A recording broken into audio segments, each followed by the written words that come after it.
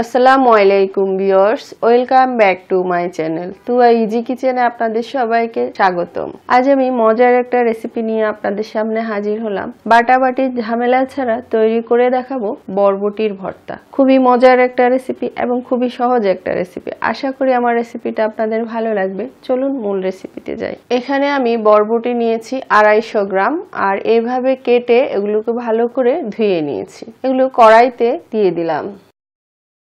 কাঁচামরিচ দিয়ে দিলাম 8-10টার মতো, রসুনের কোয়া দিয়ে দিলাম 8-10টার মতো। ঝাল যদি কেউ বেশি খান আর একটু বাড়িয়ে দিতে পারেন। সামান্য একটু লবণ দিয়ে দিলাম।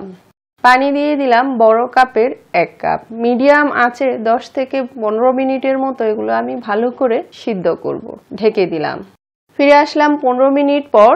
দেখতে পাচ্ছেন বরবটিটা আমার বেশ ভালো করে সিদ্ধ হয়ে গেছে, আর পানিটাও একদম গায়ে গায়ে হয়ে গেছে, কিছুটা পানি আছে। তো এখন আমি একটু হালকা নেড়ে চেড়ে এটা নামিয়ে নিচ্ছি।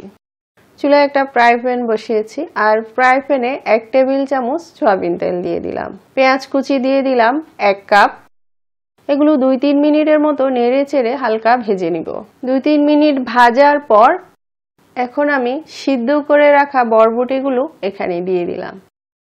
মিডিয়াম আঁচে এখন কন্টিনিউ নেড়ে চেড়ে 2-3 মিনিটের মতো ভালো করে ভেজে নিব। বরবটিতে হালকা যে গায়ে গায়ে পানি আছে এটা যেন ভালো করে টেনে যায়, তাহলে ভর্তার টেস্টটা খুবই ভালো আসবে। নাড়তে থাকতে হবে, খেয়াল রাখতে হবে যেন পুড়ে না যায়। পুড়ে গেলে আবার ভর্তার টেস্টটা নষ্ট হয়ে যাবে। তো দেখতে পাচ্ছেন খুব সুন্দর ভাজা ভাজা হয়ে এসছে, পানিটা একদম টেনে গেছে এবং খুব সুন্দর একটা ফ্লেভার বেরিয়েছে, আর কালারটাও দেখতে পাচ্ছেন চেঞ্জ হয়ে গেছে, হালকা একটু লালচে লালচে ভাব এসছে। এই পর্যায়ে আমি এটা নামিয়ে নিচ্ছি এবং একটু ঠান্ডা করে নিব। তো দেখতে পাচ্ছেন আমি এগুলো ঠান্ডা করে নিয়েছি বেশ ভালো করে। এখন আমি এগুলো হাত দিয়ে এভাবে কচলে নিচ্ছি। সিদ্ধ করার সময় আমি লবণ দিয়েছিলাম, তাই হালকা একটু অল্প করে সামান্য লবণ দিয়ে দিলাম। লবণটা টেস্ট অনুযায়ী দিবেন, যে যেরকম লবণ খান সেই হিসাব করে কম বেশি করতে পারেন। তো হাত দিয়ে এভাবে এখন আমি এগুলো ভালো করে কচলে নিব।